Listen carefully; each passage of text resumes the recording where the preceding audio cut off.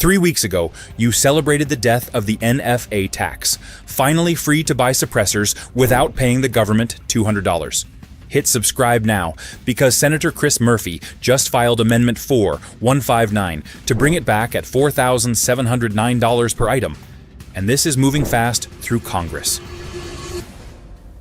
The amendment text breakdown. Senator Murphy's Amendment 4159 rewrites Section 5811 of the Internal Revenue Code, specifically targeting firearms regulated under the National Firearms Act. The language is straightforward and brutal. It mandates a tax of $4,709 on every NFA item transferred between parties. That means if you buy a suppressor from a dealer, you pay $4,709 in tax. If your father wants to pass down his registered short-barreled rifle to you, that transfer costs $4,709. If you're a collector who wants to add 3 suppressors to your collection, you're looking at $14,127 in federal taxes alone before you even touch the purchase price of the items themselves. The amendment also targets manufacturers by raising the making tax on suppressors, short-barreled rifles, and shotguns from the current $0 to $555 per item. For machine guns and destructive devices, manufacturers would pay $4,709 for each unit they produce. This creates a cascading effect throughout the entire firearms industry. Manufacturers face higher costs, which get passed to dealers, which get passed to consumers. The math is simple and devastating. A $600 suppressor that currently costs you $600 would suddenly cost you $5,309, with Murphy's tax included.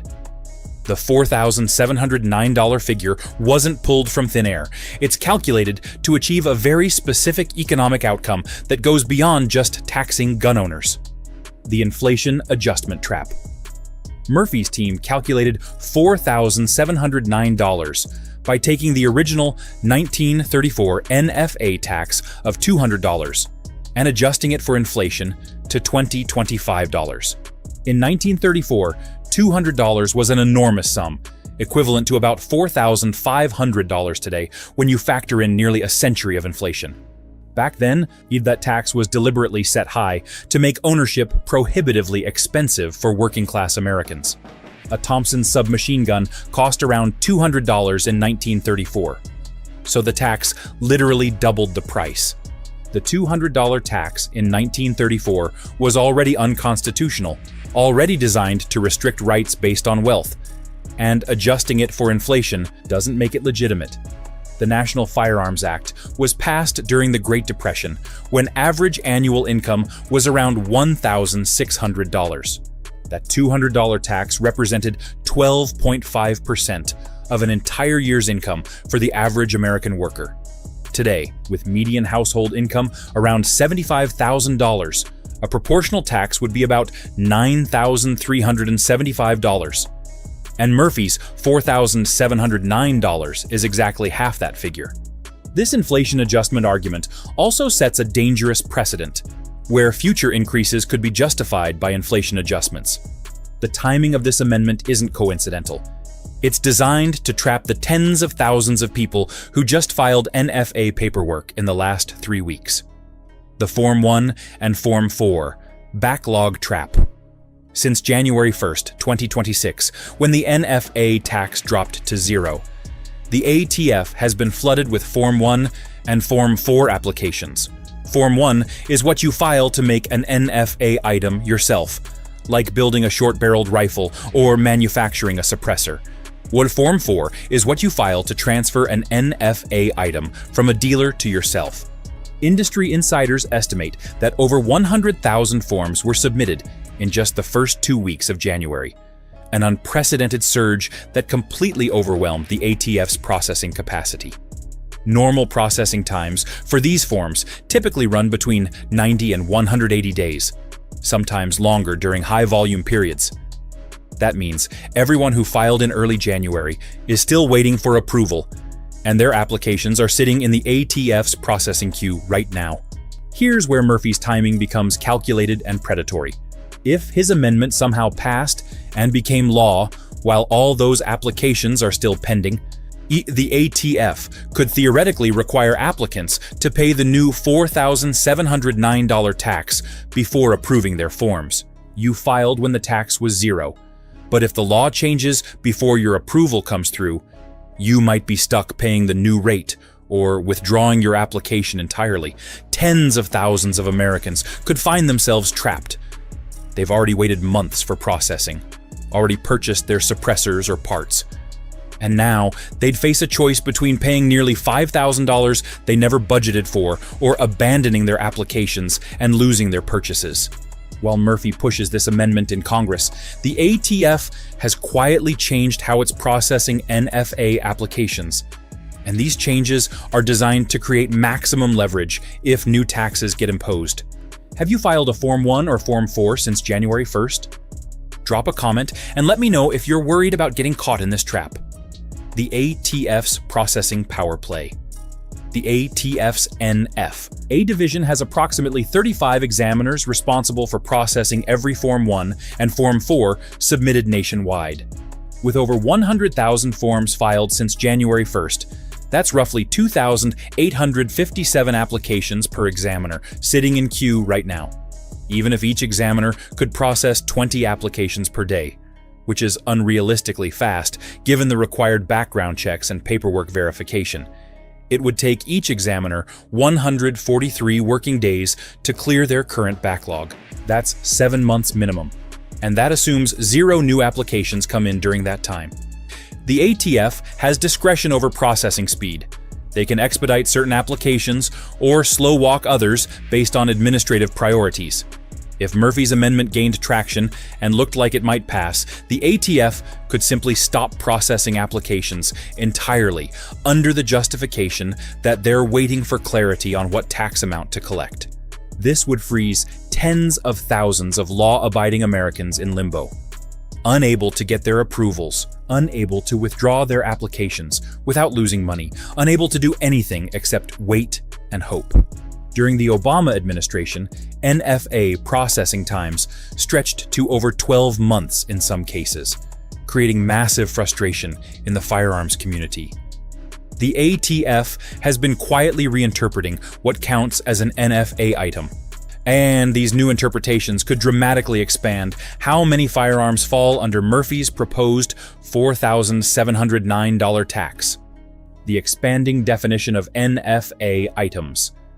The National Firearms Act currently covers 7 categories of weapons: machine guns, short-barreled rifles, short-barreled shotguns, suppressors, destructive devices, any other weapons, and weapons made from rifles or shotguns.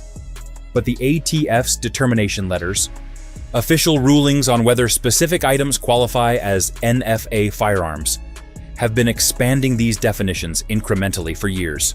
Pistol braces are a perfect example. For nearly a decade, the ATF ruled that attaching a stabilizing brace to an AR-15 pistol did not convert it into a short-barreled rifle. Then in 2023, the ATF reversed course and declared that most pistol-braced firearms are actually short-barreled rifles requiring NFA registration. Millions of Americans who owned these firearms suddenly found themselves in potential violation of federal law. The ATF provided a registration amnesty period where owners could register these firearms without paying the $200 tax.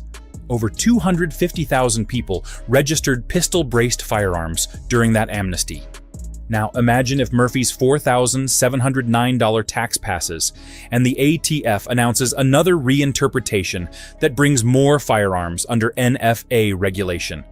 Gun owners would face mandatory registration at $4,709 per firearm or federal felony charges. And this is how administrative agencies and legislative taxes combine to create choke points on constitutional rights that most Americans never see coming until it's too late. There's a specific category of firearms that's currently unregulated, but sits right on the edge of NFA classification. And if the ATF decides to reinterpret the rules, 20 million American gun owners could suddenly owe Murphy's $4,709 tax. The AR-15 pistol vulnerability. Approximately 20 to 24 million AR-15 style rifles exist in civilian hands in the United States, and a significant portion of those are configured as pistols.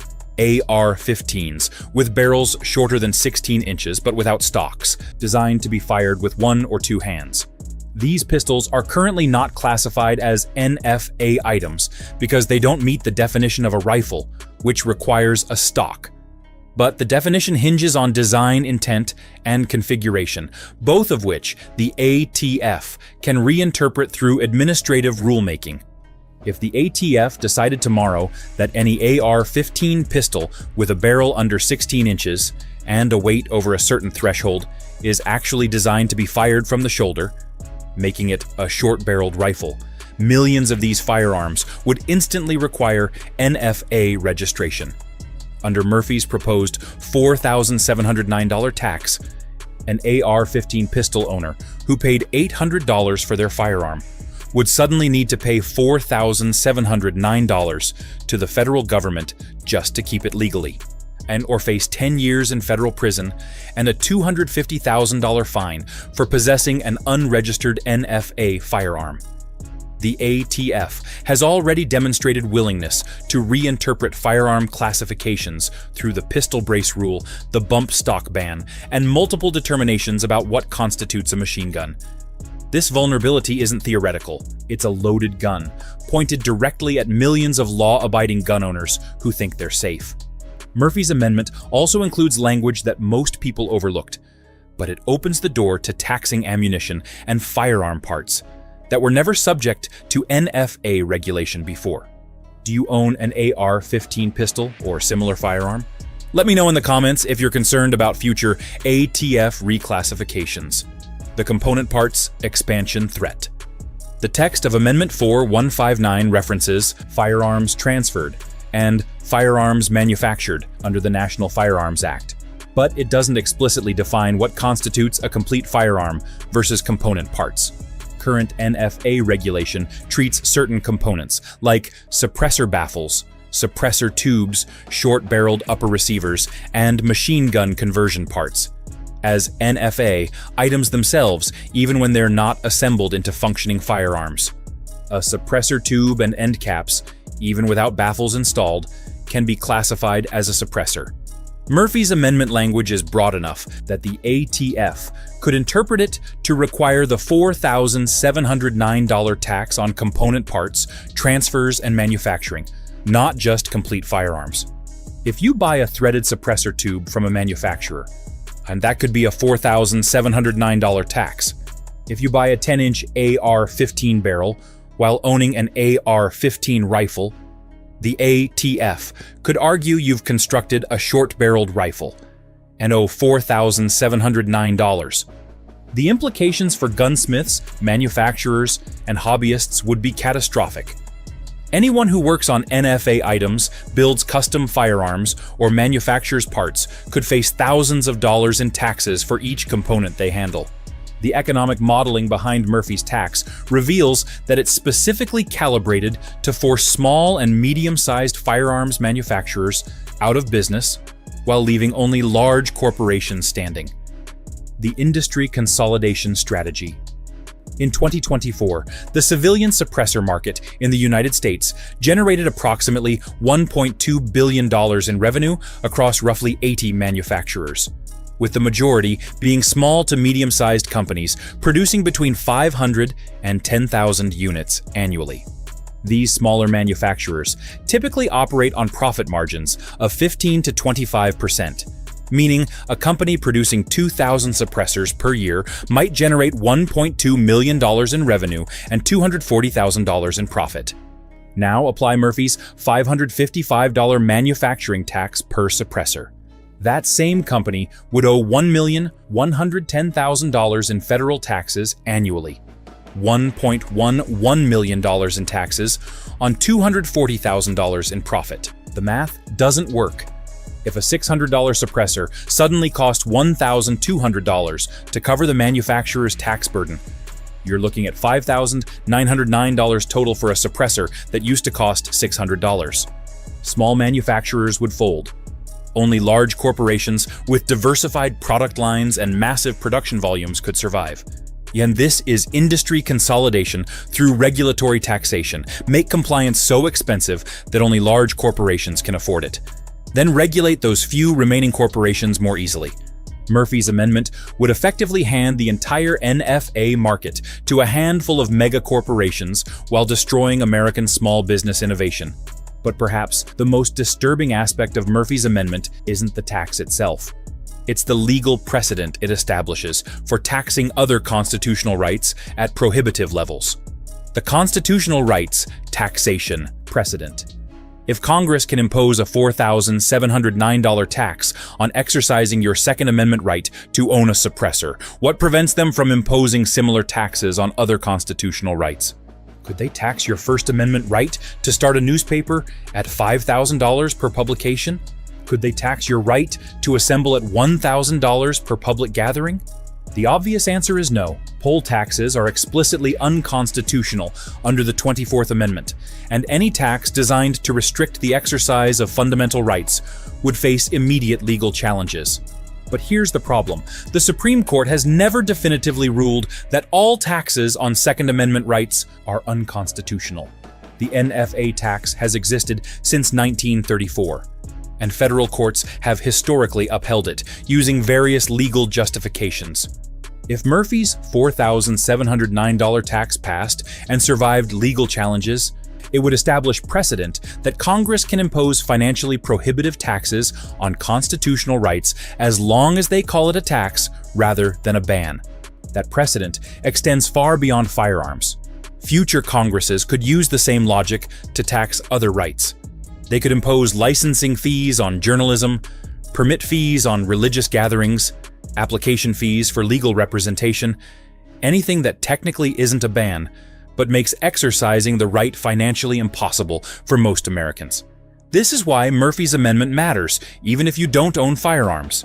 It's a test case for how far government can go in pricing citizens out of their constitutional rights. Once the precedent is set with the Second Amendment, every other constitutional right becomes vulnerable to the same taxation strategy. Do you think Congress should be able to tax constitutional rights at levels most people can't afford? Sound off in the comments. I want to hear where you stand on this. Murphy's Amendment won't pass this time, but the blueprint is now in their playbook. When Democrats retake power, this framework will be ready to go. Stay vigilant, stay informed, and never assume your rights are safe just because you won a single battle. Hit that subscribe button, and I'll see you in the next one.